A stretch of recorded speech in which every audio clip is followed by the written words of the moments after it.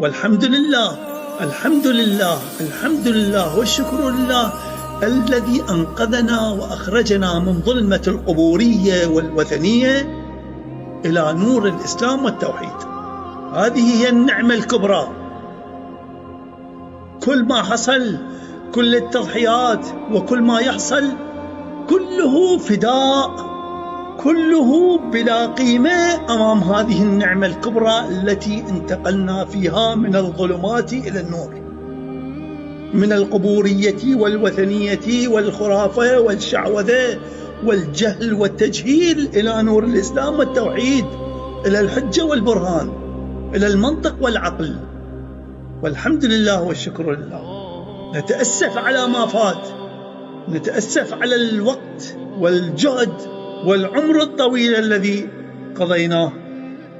قضيناه في ظلمات الجهل والتجهيل والقبور والقبورية والوثنية والمغالطات والسفسطة والنفاق